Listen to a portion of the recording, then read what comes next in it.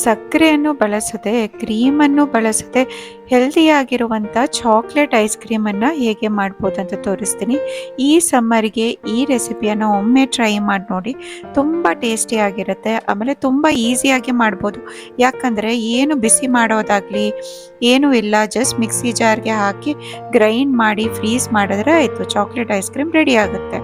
ಇಲ್ಲಿ ನಾನು chocolate ice ಕ್ರೀಮಿಗೆ 1 ಕಪ್ಪಿನಷ್ಟು ಮಕಾನ lotus seeds ತಗೊಂಡಿದ್ದೀನಿ.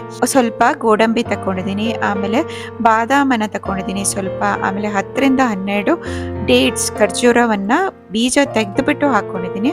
ಆಮೇಲೆ 8 ಡಾರ್ಕ್ ಚಾಕ್ಲೇಟನ್ನು ಹಾಕ್ಕೊಂಡಿದ್ದೀನಿ. ನಿಮ್ಮ ಹತ್ರ ಡಾರ್ಕ್ ಚಾಕ್ಲೇಟ್ ಇಲ್ಲ ಅಂದರೆ ಕ್ಯಾಡ್ಬರಿದು ಯಾವ ಚಾಕ್ಲೇಟ್ ಆದರೂ ನಡೆಯುತ್ತೆ.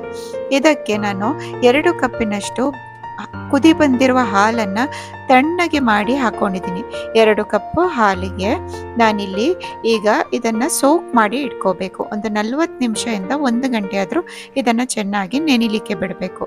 ನೀವು ಸ್ವಲ್ಪ ಬೆಚ್ಚಗಿರುವಂಥ ಹಾಲು ಹಾಕಿದರೆ ಒಂದು 10-15 ನಿಮಿಷದಲ್ಲಿ ನೀವು ಇದನ್ನು ಗ್ರೈಂಡ್ ಮಾಡ್ಕೋಬೋದು. ಆದರೆ ನಾನು ತಣ್ಣಗಾಗಿರುವಂಥ ಹಾಲು ಹಾಕಿರೋದ್ರಿಂದ ನಾನು 1 ಗಂಟೆ ಇದನ್ನು ನೆನೆಸ್ಕೊಂಡಿದ್ದೀನಿ. 1 ಗಂಟೆ ಆದಮೇಲೆ ನಾನು ಇದನ್ನು ಮಿಕ್ಸಿ ಜಾರಿಗೆ ಹಾಕಿ ರುಬ್ಕೊಳ್ತೀನಿ. ಇದರ ಜೊತೆ ಕೆಲವು ಇಂಗ್ರೀಡಿಯೆಂಟ್ಸ್ ಹಾಕೋದಿದೆ, ಆದರೆ ಫಸ್ಟಿಗೆ ಒಂದು ರೌಂಡ್ ರುಬ್ಕೊಂಡು ನಂತರ ನಾನು ಕೆಲವು ಇಂಗ್ರೀಡಿಯೆಂಟ್ಸನ್ನು ಹಾಕ್ಕೊಳ್ತೀನಿ. ಇಲ್ಲಿ ನಾನು 1 ಟೇಬಲ್ ಸ್ಪೂನಷ್ಟು ಕೋಕೋ ಪೌಡ್ರನ್ನು ಹಾಕ್ಕೊಂಡಿದ್ದೀನಿ. 1/4 ಟೀ ಸ್ಪೂನಷ್ಟು ಸಿನಾಮನ್ ಪೌಡ್ರ್ ಅಂದರೆ ಚಕ್ಕೆಯನ್ನು ಪೌಡ್ರ್ ಮಾಡ್ಕೊಂಡಿದ್ದೀನಿ, ಅದರ ಪೌಡ್ರನ್ನು ಹಾಕ್ಕೊಂಡಿದ್ದೀನಿ. ಆಮೇಲೆ ಅರ್ಧ ಟೀ ಸ್ಪೂನ್ನಷ್ಟು ಇನ್ಸ್ಟೆಂಟ್ ಕಾಫಿ ಪೌಡರನ್ನು ಹಾಕ್ಕೊಂಡಿದ್ದೀನಿ.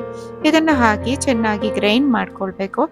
ಆಮೇಲೆ ನಾನೀಗ ಬೌಲಿಗೆ ಹಾಕ್ಕೊಳ್ತಾ ಇದ್ದೀನಿ ಗ್ರೈಂಡ್ ಮಾಡಿರೋ ಮಿಕ್ಸ್ಚರನ್ನು. ಇದಕ್ಕೆ ಹಾಕ್ಕೊಂಡು ಚೆನ್ನಾಗಿ ಒಂದು ರೌಂಡ್ ಮಿಕ್ಸ್ ಮಾಡ್ಕೋಬೇಕು.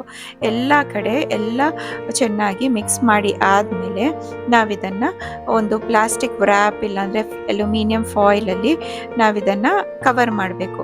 ನಾನು ಯಾಕೆ ಕವರ್ ಮಾಡ್ತಾ ಇದ್ದೀನಿ ಅಂದರೆ, ನೀವು ಫ್ರೀಝರಲ್ಲಿ ಇಟ್ಟಾಗ ಕೆಲವೊಮ್ಮೆ ಐಸ್ ಫಾರ್ಮ್ ಆಗುತ್ತೆ ಒಳಗಡೆ, ಹಾಗಾಗಿ ಏನು ಗ್ಯಾಪ್ ಇರಬಾರ್ದು, ಏರ್ ಬಬಲ್ ಆಗಲಿ ಏರು ಗ್ಯಾಪ್ ಇರಬಾರ್ದು.